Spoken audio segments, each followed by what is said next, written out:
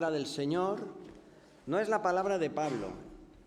Pablo es el que habla, pero buscamos y pedimos al Señor la guía en el corazón de Pablo, en la mente de Pablo y en la de cada uno de nosotros, para que lo que se escuche sea la palabra del Señor, sea lo que el Señor trae a tu mente y a tu corazón en esta mañana. Y por eso vamos a orar, para pedir que eso sea así. También por los profesores de la escuela dominical, también por Marcelo, él está en Guadalix hoy. Que el Señor bendiga su palabra es la que debe tocar nuestro corazón. Señor, te damos gracias en esta mañana por esta nueva oportunidad de abrir las páginas, Señor, de tu palabra, que es la que nos da vida y aliento, Señor, y todas las cosas. Tú nos has dado todo y queremos oír tu voz. Y pedimos por Pablo, Señor, que tú le guíes por medio de tu Espíritu Santo, que lo que él trae, Señor, llegue a nuestro corazón y a nuestra mente como traído de parte de ti. Te lo pedimos en el nombre de Cristo Jesús. Amén. Amén. Muchas gracias, Andrés. Buenos días a todos. Continuamos con la serie de predicaciones en el libro de Oseas. Pero hoy cambiamos claramente de tercio, que lo sepáis. El libro da un vuelco radical. Pasamos de esa especie de profecía viva que suponía el matrimonio de Oseas con Gomer, en el que Dios nos ha hecho sentir lo que su corazón siente con nuestra infidelidad, a un juicio. Un juicio, sí, tal cual. Imagínatelo. Entras en un juzgado, ¿vale? Y cuando entras en el juzgado, en el banquillo de los acusados, en lugar de ver a una sola persona, lo que ves es a toda una nación entera, todo el pueblo de Israel. Y quien les está acusando es el mismísimo Dios. ¿Me estás escuchando bien? Dios le ha puesto un pleito a su pueblo. Eso es lo que el autor pretende trasladar. Va a demostrar con pruebas contundentes que en una época de vacas gordas, de paz militar y de crecimiento económico, se han terminado pudriendo las instituciones, corrompiendo la mente de los líderes y destruyendo el tejido social de Israel. Y, spoiler, cualquier parecido con los tiempos modernos es pura coincidencia, ¿o no? Acompañarme, Oseas 4. Yo voy a leer en Reina Valera del 95, que es la que suelo leer. Si la estás buscando en el móvil y buscas la misma, pues será más fácil para ti. Os anticipo que la lectura va a ser un poquito larga, lo siento de antemano. Dice así: oíd la palabra de Jehová, hijos de Israel, porque Jehová contiende con los moradores de la tierra, pues no hay verdad, ni misericordia, ni conocimiento de Dios en la tierra. El perjurio y la mentira, el asesinato, el robo y el adulterio prevalecen, y se comete homicidio tras homicidio. Por lo cual se enlutará la tierra, y se extenuará todo morador de ella. Las bestias del campo, las aves del cielo y aun los peces del mar morirán. Paramos aquí un segundo. La palabra contiende, que aparece en el versículo 1, es lenguaje jurídico. Es un término judicial formal. Dios está exponiendo sus cargos contra el pueblo y lo basa en 3 columnas que han fallado. La primera de ellas es que no hay verdad. La segunda es que no hay misericordia y la tercera es que no hay conocimiento de Dios. Y a partir de estas 3 columnas que han fallado en el pueblo de Israel es que empieza a suceder lo siguiente. Y en el versículo 2 aparecen una serie de cosas. Y si tuviéramos tiempo y te pudieras fijar en el orden, verías que sin conocimiento de Dios, al final lo que sucede es que los mandamientos caen como fichas de dominó. Una empuja a la otra, otra empuja a la otra, otra empuja a la otra, hasta llegar a lo peor. Ese final que dice se comete homicidio tras homicidio, en el original lo que viene a decir es que un charco de sangre toca con otro charco de sangre. Una metáfora un poquito de aquella manera. Y lo que aparece en el versículo 3 es un antigénesis. Si en Génesis lo que hacía Dios era crear, aquí lo que está sucediendo es lo contrario. Nuestro pecado actúa como una especie de veneno ecológico que hace que todo se vaya a peor. Y es irónico porque los cultos a Baal, que están detrás de la idolatría de esta gente, lo que buscaban era precisamente el éxito agrícola, la vida. Y Dios lo que está anunciando es la retirada de la vida en el orden inverso a la creación, tal como Él mismo lo hizo. Versículo 4. Que nadie acuse ni reprende a otro. Tu pueblo es como los que resisten al sacerdote. Tropezarás, por tanto, en pleno día, y de noche tropezará contigo el profeta, y a tu madre destruiré. Madre hace referencia a la patria, ¿vale? No a la madre. Mi pueblo fue destruido porque le faltó conocimiento.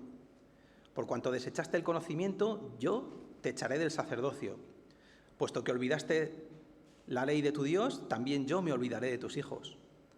Cuanto más aumentaban, más pecaban contra mí.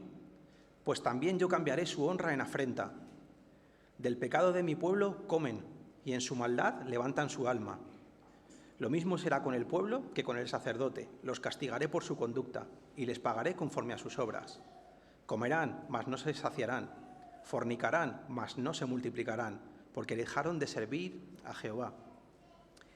En el versículo 6 aparece lo que es la raíz de todo: la falta de conocimiento. Y la falta de conocimiento no es ignorancia intelectual, es un desprecio activo del conocimiento de Dios. Los sacerdotes sabían perfectamente lo que Dios quería, pero le estaban dando la espalda a lo que Dios quería por pura conveniencia, porque no les veía bien. Así que Dios les está diciendo: ¿tú te olvidas de mi ley? Pues yo me olvido de tu futuro. Justo, ¿no? Vivían una época de vacas gordas, pero como nos dice en el 7, cuanto más ricos eran, más pecaban. Joder, esto curioso, ¿eh? Todos queremos ser ricos, pero cuanto más rico, más pecas. El versículo 8 destapa algo revelador: el negocio de la culpa. Los sacerdotes pensaban: cuanto más pecan, más sacrifican. Cuanto más sacrifican, más dinero gano. Ergo, que pequen más, ¿no? El 10 nos muestra la terrible paradoja. Esperaban recibir de Baal fertilidad y abundancia, pero lo que se van a encontrar es justamente todo lo contrario. Y es lo que le pasa a cualquiera que busca en un ídolo lo que solamente Dios te puede dar. Continuamos la lectura, versículo 11. Fornicación, vino y mosto quitan el juicio. Mi pueblo consulta a su ídolo de madera y el leño le responde, porque un espíritu de fornicación lo hizo errar. Y dejaron a su Dios por fornicar. Sobre las cimas de los montes sacrificaron y quemaron incienso sobre los collados, y debajo de las encinas, álamos y olmos, pues buena es su sombra. Por tanto, vuestras hijas fornicarán y vuestras nueras cometerán adulterio. No castigaré a vuestras hijas cuando forniquen, ni a vuestras nueras cuando cometan adulterio, porque ellos mismos se van con rameras y con malas mujeres sacrifican. Por tanto, el pueblo sin entendimiento caerá. Si tú, Israel, fornicas, que al menos no peque Judá. No entres en Gilgal, ni subáis a Betabén, ni juréis: vive Jehová. Porque como novilla indómita se apartó Israel. ¿Lo apacentará ahora Jehová como a corderos en ancho prado? Efraín es dado a ídolos. Déjalo. Su bebida se corrompió. Fornicaron sin cesar. Sus príncipes amaron lo que avergüenza. Un viento los llevará en sus alas y se avergonzarán de sus sacrificios. El placer desmedido nubla el juicio. Eso es lo que nos viene a decir el versículo 11. Y Oseas, en una burla, dice que le están preguntando qué hacer con sus vidas a trozos de madera. Y dice que detrás hay un espíritu de fornicación, una atmósfera cultural y una opresión espiritual real que ciega a las personas en sus propios vicios. Los versículos 13 y 14 hablan de una realidad, y es que los hombres manejamos una doble moral brutal. Ellos, por un lado, se iban con las prostitutas de los templos, pero después querían que en su casa las mujeres fueran puras, y así lo exigían. Y Dios les dice: no las voy a castigar solo a ellas, o no las voy a castigar a ellas, porque tú haces exactamente lo mismo. El pueblo que pierde esa intimidad con Dios caerá. Dice el 16 que Efraín, y con Efraín se está refiriendo a todo el pueblo, es dado a los ídolos. Dado en el original significa ligado, atado con nudos, hechizado. Y al final, en el versículo 19, nos dice que el viento, y con el viento se refiere al espíritu de la época, los envuelve sus alas y se los lleva. Y ojo al juicio, déjalo. Efraín es dado a los ídolos, déjalo. Un terrible juicio por abandono de parte de Dios. Hasta aquí la lectura, con unas bien intencionadas aportaciones para que entendieras un poco bien lo que decía el pasaje. Siento si ha sido un poquito largo. Y ahora vamos con la predicación. Cuando hablamos de idolatría, a muchos de nosotros lo que nos viene a la cabeza es imaginar culturas primitivas adorando piedras o palos con curiosos bailes, ¿no? Y cosas de ese estilo. Y eso es idolatría, ¿eh? No voy a decir que no. Pero la sofisticación de la forma de idolatría no cambia la esencia de lo que la idolatría es. Para entender este pasaje vamos a tener que hacer un pequeño viaje en el tiempo. En el Antiguo Oriente, la supervivencia dependía de las lluvias y de las cosechas. Hoy da un poco igual, casi que llueva es hasta incómodo. Pero en aquella época lo era todo. Y por eso la gente adoraba a los dioses de la fertilidad. Baal, que era la parte masculina, que era el dios de la lluvia, de la tormenta y de la agricultura, y Asera, que era la contraparte femenina, que era la diosa de la tierra. Sus ritos se hacían en lugares altos, buscaban colinas elevadas y arboledas frondosas donde querían estar más cerca del cielo. Y allí celebraban grandes banquetes en los que había mucho alcohol. Y el objetivo era alcanzar un estado de éxtasis que de alguna manera te quitara las inhibiciones morales. Lo más impactante es que estos cultos combinaban la magia con la prostitución ritual, algo que para nosotros es un poco como, wow, prostitución ritual. En los templos había hombres y mujeres que estaban consagrados a esa divinidad. El adorador no iba allí por simple lujuria, que seguramente también. Iba bajo la creencia de que el sexo terrenal obligaba de alguna forma a los dioses a unirse en el cielo. Les inspiraba, por decirlo de alguna manera. Y pensaban que si estimulaban a Baal y a Asera, los dioses mandarían lluvias abundantes y multiplicarían el ganado. Hermanos, detrás del placer había miedo. Y muchas veces, casi siempre, detrás del placer lo que hay es miedo. Iban a buscar seguridad económica a través del sexo. Querían asegurar el pan de sus hijos utilizando los altares paganos. Lo que más denuncia Oseas, con lo que más se mete, el dedo que mete en la llaga del pueblo, es la hipocresía y el sincretismo de los israelitas con esto. El pueblo estaba, por decirlo de alguna manera, intentando asegurar la apuesta. Por un lado, asistían a las fiestas del pacto formal de Dios, o sea, respetaban lo que eran las leyes pervertidas en el momento en el que el reino se separó. Pero por el otro también acudían a los altares paganos de Baal para realizar estos ritos sensuales con el fin de garantizar el éxito económico y el éxito agrícola, que en aquella época estaba muy ligado. Ahora, nosotros podemos posicionarnos en plan de hay que ver estos israelitas cómo eran, y darle toda la distancia cultural del mundo, o entender que, como he dicho, la idolatría se vuelve en realidad más sofisticada, pero que nada ha cambiado, o realmente muy poco. Yo trabajo en el mundo de las finanzas. No sé nada de dinero, pero trabajo ahí. Y trabajo en un entorno en el que la gente es bastante dura y en el que hay un Dios principal que, sin lugar a dudas, es el todopoderoso dinero. Y en esos pasillos veo cómo el sistema devora los principios de la gente. Veo cómo a veces se estira la verdad más de la cuenta, o cómo se justifica cualquier cosa con tal de rendir honores a los resultados económicos. Porque ya sabes, el dinero no te hace feliz, pero te hace falta. Hace poco, con el tema de la visita del Papa, vi a altos ejecutivos, altos cargos de mi empresa, personas que en la semana veo que viven bajo la agresiva rueda del mercado, vistiéndose con sus mejores galas para ocupar puestos de honor en el tema de la visita del Papa.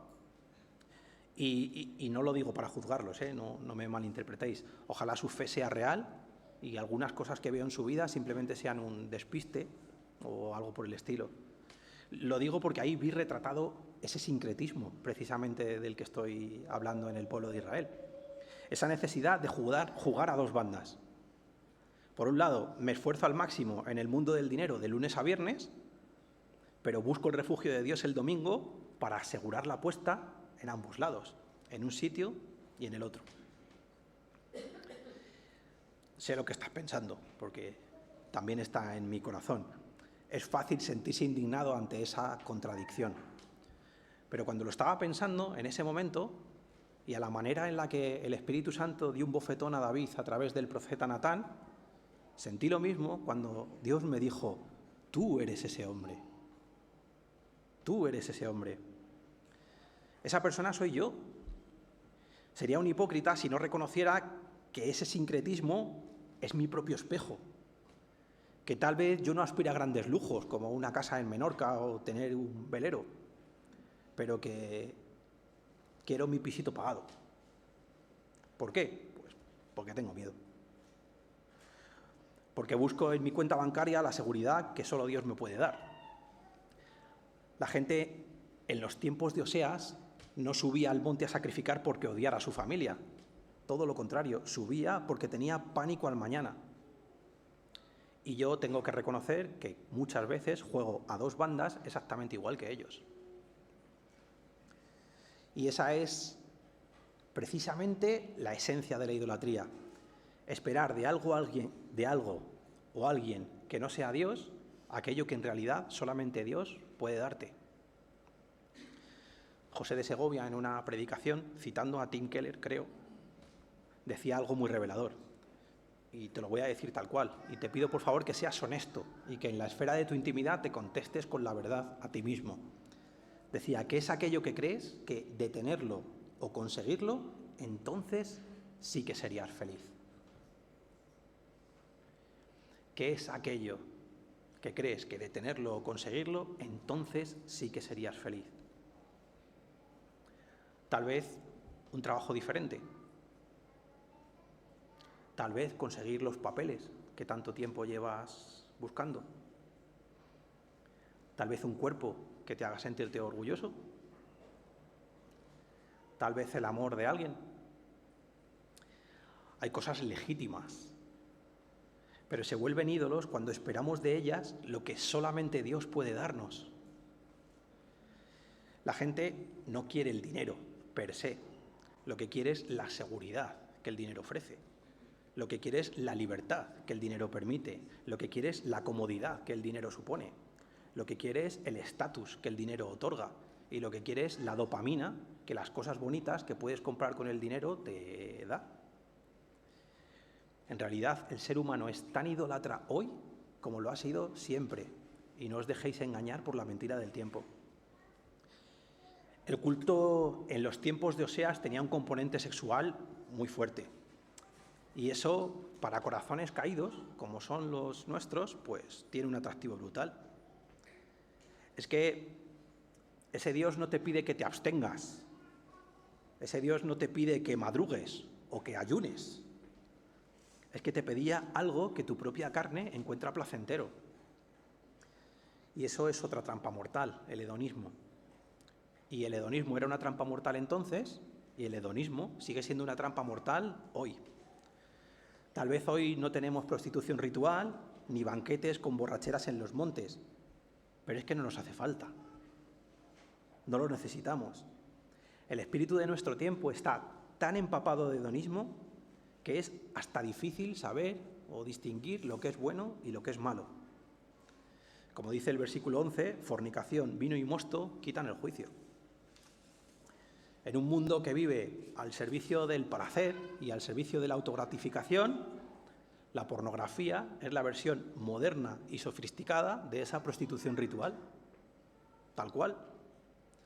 Buscamos placer a cualquier precio y de forma compulsiva, y el sistema pone a nuestra disposición sus propios sacerdotes y sacerdotisas rituales en una pantalla. Está en todas partes. Está de forma explícita, pero también está de forma implícita. Se puede anunciar una colonia sin que salga un hombre y una mujer preciosos, extremadamente atractivos, en actitudes sugerentes. ¿Puedes ver Netflix con tus hijos al lado sin el mando en la mano por si acaso tienes que pasar rápidamente una escena? Hermanos, la pornografía no es una simple debilidad de la carne. Es un altar. El altar de un culto pagano moderno, sofisticado. pero igualmente destructivo que nos está robando la voluntad, que nos promete llenarnos, pero que en realidad nos está dejando vacíos. Se cumple al pie de la letra lo que dice el pasaje: comerán y no se saciarán. La Biblia afirma que los ídolos en sí mismos no son nada, que son solamente trozos de madera sin vida. De hecho, hay expresiones en las que Dios se indigna frente al criterio que nosotros le damos a los ídolos, y eso es totalmente cierto. Pero también la misma Biblia nos revela otra verdad profunda y alarmante. El apóstol Pablo, en 1 Corintios 10:20, no es necesario que lo busquéis, yo os lo leo, dice: lo que los gentiles sacrifican, a los demonios lo sacrifican, y no a Dios. Y no quiero que vosotros os hagáis partícipes con los demonios. El pasaje de Oseas nos dice que Efraín estaba atado a los ídolos. Habla de un espíritu de fornicación y habla también de un viento. La palabra viento, la traducción literal es espíritu, que los envuelve en sus alas. Por supuesto que es así, está hablando de la corriente de pensamiento de la época. Pero sería un poquito ingenuo, por nuestra parte, pensar que detrás de las modas de nuestro tiempo no está detrás de la obsesión por el dinero, detrás de cosas como el sexo sin compromiso o de la cultura del éxito a cualquier precio, no hay una realidad espiritual maligna, sumamente sofisticada, que busca atrapar al ser humano y robarle precisamente su humanidad. Jesús dijo que el diablo es homicida desde el principio. Hombre-cida, matador de hombres. El diablo busca activamente nuestra destrucción, busca nuestra ruina y busca alejarnos de nuestro Creador. Algunos eruditos ven en ese texto de Oseas, en el que dice: donde un charco de sangre toca a otro charco de sangre, una referencia directa al sacrificio de niños en los altares paganos. Piénsalo por un segundo. ¿Qué puede llevar a un padre a coger a su bebé? Y hemos visto cómo presentaban a uno precioso. ¿Qué podía llevar a un padre a coger a su hijo y llevarlo a las llamas de Moloc y dejarlo allí morir para conseguir prosperidad económica? Una idolatría ciega que está inflamada desde el propio infierno. Y hermanos, esa es exactamente la misma influencia espiritual que opera hoy. Es la que lleva a padres y madres a abandonar a su familia por el éxito profesional. Y es la misma que lleva a nuestra sociedad a decidir que un embarazo, en un momento concreto, es un estorbo para el éxito personal, en lugar de un bebé al que proteger y al que amar. El enemigo sigue pidiendo vidas humanas en el altar del progreso individual. A Dios nuestra idolatría le produce dolor, porque ve cómo todo este sistema sutil nos destruye nuestra humanidad, destruye lo que somos. Ahora, la pregunta clave es: ¿cómo llegó el pueblo de Israel a esto? ¿Cómo pudieron caer tan bajo? ¿Cómo terminaron tan ciegos y tan desorientados ante un enemigo tan destructivo? Bueno, pues el pasaje no nos deja sin respuesta, nos dice que el pueblo se quedó sin guías. El capítulo comienza en el versículo 1 con una lista de cargos en este juicio formal, donde denuncia que no hay verdad, que no hay misericordia y que no hay conocimiento de Dios en la tierra. Una rebanada del sándwich, ¿vale? El conocimiento de Dios en la tierra. Y el versículo 14 cierra el bloque con una advertencia terrible. Dice: el pueblo sin entendimiento caerá. El conocimiento y el entendimiento, las dos rebanadas del sándwich. ¿Y el Pamplonica dónde está? En el medio, ¿no? Pues justo en medio de estos dos versículos, utilizando la estructura típica de la poesía hebrea, el autor coloca lo más importante para que destaque, para que se vea bien en el medio. Y Dios lanza la verdadera bomba de este pasaje: mi pueblo fue destruido porque le faltó conocimiento. Mi pueblo fue destruido porque le faltó conocimiento. Esa es la raíz de la que brota todo este desastre. Pero en el hebreo original, la palabra que nosotros traducimos como conocer no habla simplemente de acumular datos o de un mero conocimiento intelectual. Conocer a Dios no es saberse la Biblia de memoria, no es ganar discusiones teológicas o ser el que mejor se sabe el orden de los 10 mandamientos. El conocimiento del que nos habla Oseas es más bien intimidad y experiencia. Imaginaos a un joven ingeniero agrícola recién salido de la carrera. Y a este joven ingeniero agrícola recién salido de la carrera le dan un campo para cultivar. El muchacho acaba de salir de la universidad y viene cargado de datos. Se sabe todas las fórmulas químicas y tiene todas las teorías del mundo. Pero le falta la experiencia. En cambio, pensar ahora en un anciano que lleva, 70, tal vez 80 años trabajando esa misma tierra con sus propias manos de viejo, de estas llenas de callos. El viejo no se sabe los nombres en latín de las plantas. El viejo no conoce la composición química de los fertilizantes, pero sabe exactamente cuándo sembrar, sabe cuándo bailar y sabe cuándo tiene que recoger su cosecha. El estudiante tiene datos sobre la tierra, pero el viejo tiene intimidad con esa tierra. El estudiante la ha estudiado, pero el viejo la ha sufrido, la ha amado y se ha alimentado de ella durante los últimos 70 o 80 años. Cuando Oseas en el versículo 6 dice que el pueblo fue destruido porque le faltó conocimiento, está denunciando exactamente esto: la falta de una experiencia profunda, real y personal con Dios. No discernían el corazón de su Padre. No sabían el dolor que producían a Dios algunas cosas y la repugnancia que le producían a Dios esas mismas cosas. Y es que, hermanos, cuando nos falta esta experiencia íntima, nuestra brújula interior se rompe por completo. Nos desorientamos. Sin esa brújula perdemos el norte y terminamos destruyéndonos a nosotros mismos. Eso es lo que le está pasando a nuestra sociedad y eso es lo que le pasó a Israel. Y el pasaje deja claro, sin rodeos, sin ningún tipo de ambajes, quiénes son los principales culpables de esta tragedia. ¿Y sabéis quiénes son? Los sacerdotes. Y a ellos les dedica estas maravillosas palabras. Lo dice en el versículo 6, dice: yo te echaré del sacerdocio. ¿A quién echas del sacerdocio? Al sacerdote, obviamente. Porque eran ellos, los líderes espirituales, quienes se estaban alimentando y enriqueciendo con el pecado del pueblo. Para entender la gravedad de esto, creo que es importante entender cómo funcionaba la religión pagana. En aquellos cultos el sacerdote era como una especie de iniciado, por decirlo de alguna manera. Parecía que él operaba en un nivel místico superior, al que la gente común pues, no tenía acceso.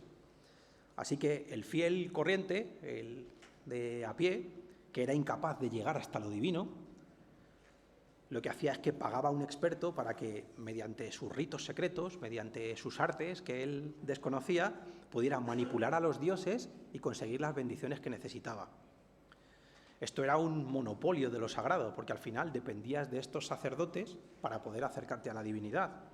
Y, por supuesto, aparte de la divinidad, había otro dios indiscutible, que era la rentabilidad que esto le producía a aquel sacerdote.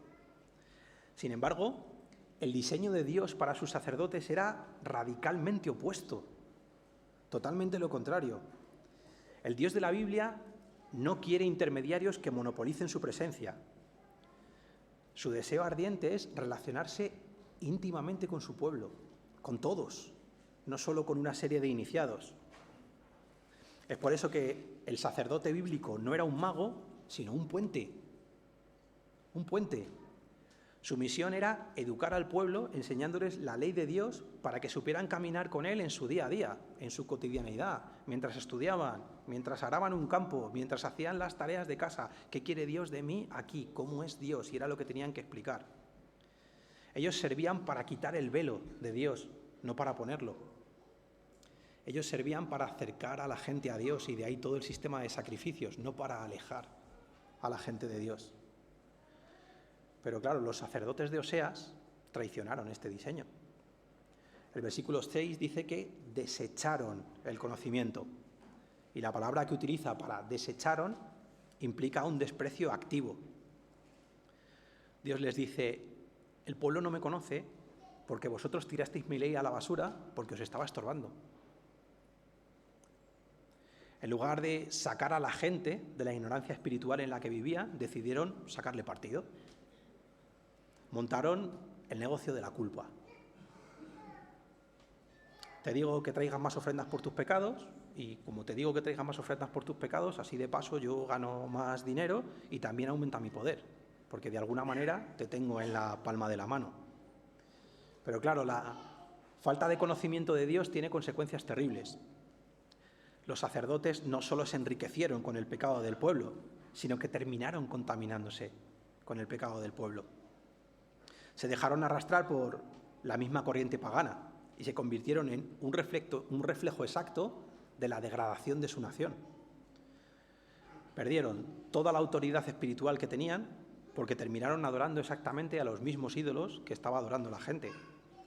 Por eso el texto original del versículo 9 sentencia con tanta gravedad: tal cual es el pueblo, así es el sacerdote. Sois exactamente iguales. ¿Te sabes de memoria 1 de Pedro 2:9? Pues aunque creas que no, seguro que sí, porque hay una canción que la cantamos todos. Dice: mas vosotros sois linaje escogido, real sacerdocio, nación santa, pueblo adquirido por Dios, para que anunciéis las virtudes de aquel que os llamó de las tinieblas a su luz admirable. Está hablando de la Iglesia. ¿Y cómo nos llama? Real sacerdocio. ¿A unos pocos iniciados que dirigen? No. Nos lo está llamando a todos. Nos lo está llamando a todos. Ser sacerdote significa que tú eres un puente entre Dios y la gente que te rodea en tu día a día. En tu trabajo, en tu familia, con tus amigos, tú eres un sacerdote. Y por tanto, en el diseño de Dios, un puente que pretende acercar a la gente a Dios y no alejarla. Y como sacerdotes, nosotros no estamos exentos de caer exactamente en los mismos riesgos mortales en los que cayeron los sacerdotes de Aseas. Espero que el de lucrarnos no. Espero que también lo hay, y mucho, en el mundo evangélico. Pero para mí el mayor de los riesgos es el de mimetizarnos tanto con nuestro entorno que al final terminemos adorando a los mismos ídolos que adora la gente que nos rodea. Los Baales se fueron colando en la rutina de los sacerdotes poco a poco, porque era lo que estaba de moda, porque era lo que daba estatus y, sobre todo, porque era lo que te garantizaba comodidad. Era más fácil eso que remar contracorriente. Y a nosotros nos pasa exactamente igual. El riesgo de vivir persiguiendo exactamente los mismos dioses de los que nos rodean. Vivir obsesionados por el dinero. Vivir adictos exactamente a lo mismo que es adicto mi vecino. Vivir con una doble moral sexual en secreto. Vivir con pánico a qué pensarán los demás de mí. Si adoramos a los mismos Baales que adora el mundo, por un lado rompemos el corazón de Dios, pero por el otro perdemos nuestra capacidad de alumbrar. Y si perdemos nuestra capacidad de alumbrar, al final nos volvemos invisibles. Ese es el primero. El segundo riesgo que tenemos como sacerdotes es dejar de ejercer nuestro oficio. Criticar lo malos que son todos, pero no involucrarnos. Nos encerramos aquí en la iglesia, entre cuatro paredes, y nos dedicamos a hablar de cómo se pudre la sociedad, en lugar de meternos junto con la sociedad en la calle, intentando ser el puente que conecte a la gente con el Dios vivo. Perder nuestro oficio. El viernes estuve en la graduación de mi hija y mi hija tiene una amiguita que se estaba graduando exactamente igual que mi hija, pero de repente a alguien le dio un mareo en la parte de atrás. La madre de la amiguita de mi hija es enfermera y le hubiera gustado ver la graduación como a todos los demás, pero como alguien se había mareado y ella es enfermera, ella tiene un oficio, pues lo que hizo fue levantarse e ir a atender a la persona que estaba mal. Tenemos un oficio y Dios nos lo está pidiendo. Somos sacerdotes y tenemos que ejercer nuestro oficio. Si en tu trabajo hay mentira o injusticia, me callo y así no me complico la vida. Si hay un debate que es incómodo, mira, mejor me callo. En lugar de meterme en el debate y esforzarme por dar a conocer a un Dios que te quiere tanto como para perdonarte aun cuando no te lo mereces. Debería sentarme con mis hijos a estudiar la Biblia, pero qué pereza. Mejor otro día, o mejor que lo haga otro. No perdamos nuestro oficio. Si al escuchar esto te pasa como a mí, que no te sientes suficiente como para cumplir tu tarea como sacerdote, bienvenido al club, porque eso nos pasa a muchos. Pero la buena noticia, la gran noticia, la alucinante noticia, nos la dice Hebreos, y es que no tenemos un sacerdote que no pueda compadecerse de nuestras debilidades. Eso sí, tenemos uno que jamás cayó en nuestros mismos errores, que jamás cayó en los errores de los sacerdotes del tiempo de Oseas. Sí, Dios, como juez, en este juicio que ilustrábamos, da la sentencia. Pero como el marido, profundamente enamorado de una mujer infiel, viene a pagar su rescate, como nos ilustraba Andrés en el capítulo 3. En un mundo lleno de mentiras y de confusión, donde parece que ya nadie sabe lo que está bien o lo que está mal, en el que ya nadie sabe lo que es verdad y lo que es mentira, Jesús dice de sí mismo: yo soy la verdad. Él es la verdad de Dios encarnada. Si la raíz del problema en Oseas era precisamente la falta de conocimiento, Jesús viene a mostrarnos de la manera más clara posible quién es Dios. Y es absolutamente precioso y reconfortante ver que Dios en Jesús desea tanto, tanto, tener una relación personal contigo, que estuvo dispuesto a entregar su propia vida por conseguirlo. Mientras los sacerdotes de los tiempos de Oseas y nosotros mismos nos contagiamos con el mal del pueblo, Jesús jamás fue influenciado por el mal de su entorno. El viento del mundo, de este mundo, no pudo moverle ni un milímetro de la perfecta voluntad del Padre. Pero, ¿sabes? Jesús no se quedó en una burbuja para protegerse. Al contrario, se enfangó. Vino aquí, vino con nosotros, vino entre nosotros, vino donde estaba la necesidad. Y Él vino para hacer el proceso inverso, contagiarnos a nosotros de su bien. Vino a romper las ligaduras de Efraín. Vino a abrir los ojos de los que estábamos y estamos ciegos. Él no se contagió de nuestra lepra, Él curó nuestra lepra. Asumió el juicio de Dios para poder soplar sobre nosotros el viento del Espíritu Santo. Un viento totalmente diferente, que nos hace libres, que respeta nuestra libertad, que nos devuelve nuestra humanidad y que nos conecta por fin y para siempre con Dios. Y por último, mientras que los sacerdotes de Oseas se lucraban con el negocio de la culpa, Jesús se ofreció a sí mismo por toda nuestra culpa. Él no se lucra con tus caídas. Al contrario, cargó con ellas, como dice en Isaías. Él no usa tu vergüenza para subsistir, sino que se desnuda en una cruz precisamente para cubrir tu desnudez.